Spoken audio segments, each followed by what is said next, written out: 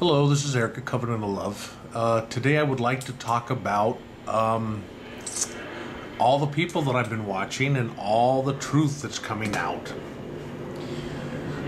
It's only one truth though, so we're all... I think it's getting to the point where the truth is going to be unveiled, where we actually will get people that are hopefully not initiated, that are true seekers of the Word of God, and that all things will come to light, no pun intended. Petshaw 2009 is back in the mix. Still don't see any videos. I'm hoping greatly to see some knowledge. What is there in life without a little bit of knowledge, you know?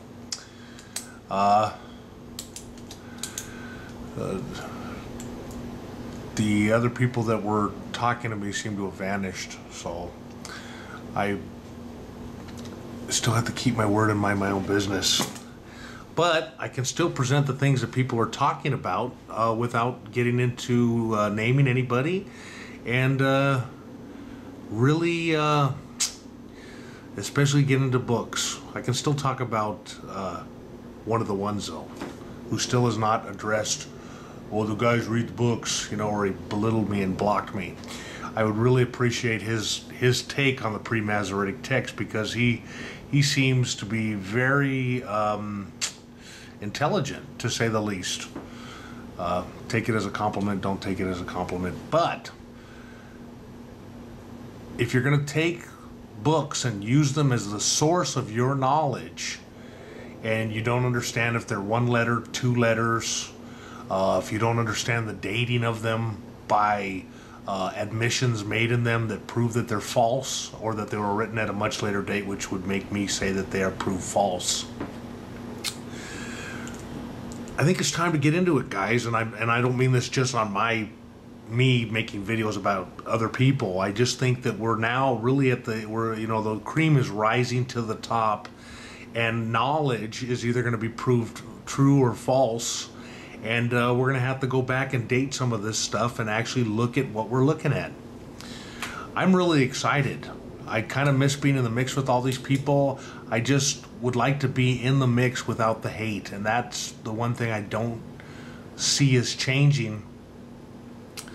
I put 5 videos out recently that a lot had to do with racial hate, because of these guys calling everybody Edomites when they also especially lack biblical knowledge. I'd like to know what literary work they're using the Bible, because they talk kind of, I don't know if it's Israeli, it's not Israeli obviously, but it's like this African kind of feel to it. I'd like to know where I can get that book, what book that is, and where they get it. You know, is it Arabic? Are you guys speaking Arabic? I don't know. You know, you spend too much time yelling and not enough time teaching. So I'm going to, I don't have a lot of time because I'm working super early every morning this week. But my goal is to come up with pictures. I'll do it in picture form. It'll probably be pictures in books.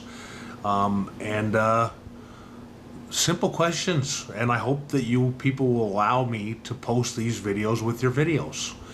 There's no animosity. There's no hate on my part. I love everybody. I hope that we're starting to get a sense of that.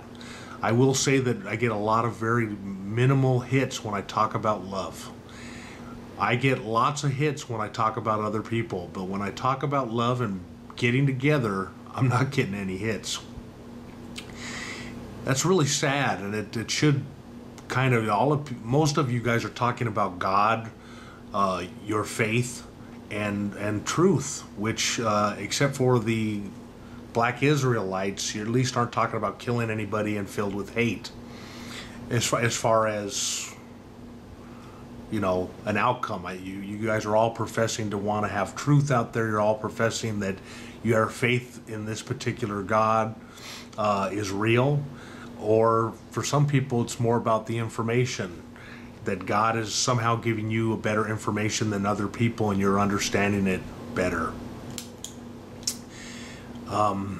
Still think it goes back to literary works or the oral tradition. I still think Venus, although just a piece in the time puzzle, is very much real, and I've shown you the symbolism. I'll go back and make some refreshers on the Masonic buildings I've taken where, Saturn's, hugging Venus and giving her a smoochie. But waiting for Pythagoras' evangelist to come out. I'm very interested in what she has to say.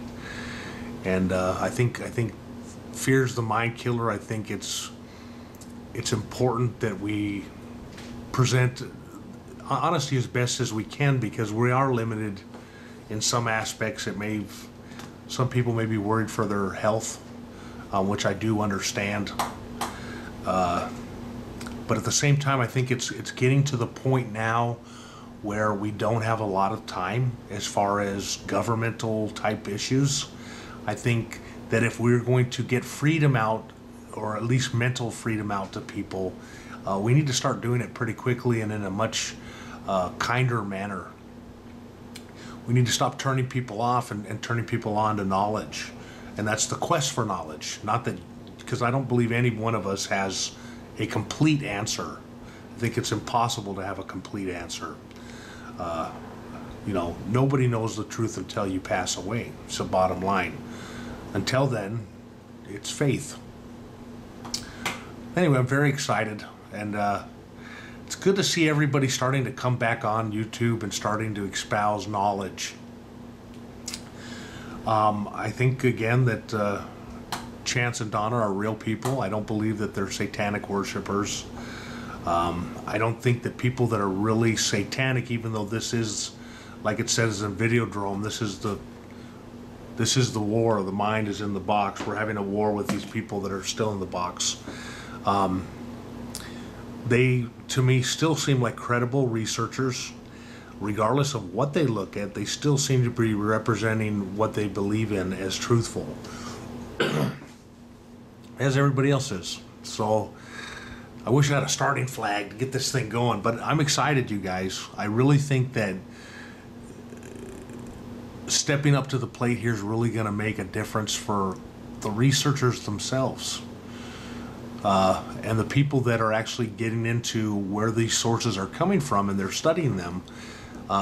It gives them the ability to make a better choice and hopefully a better understanding, and to understand how hard it really is to research this stuff cleanly and to figure out what's really going on.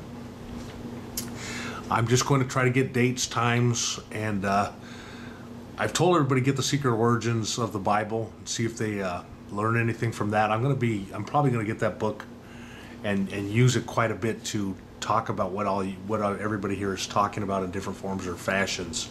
I think the Kabbalah books that I read also should help you date some of this stuff. See, there's a misconception that a lot of people here were talking about is the Kabbalists, the rabbis are changing within the Talmud and the Midrash.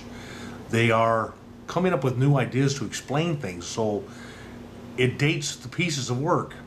So the myth wasn't there before the rabbi did it. When the rabbi rationalized it for you and wrote it down for you, he then dated when it became into being. Especially like Lilith and Samael, most satanic worshipers, that's their thing, but in reality it's not really that old. It's not an old myth. Somebody was telling me that when I was talking about the 11th century that I didn't know what I was talking about. I was an idiot.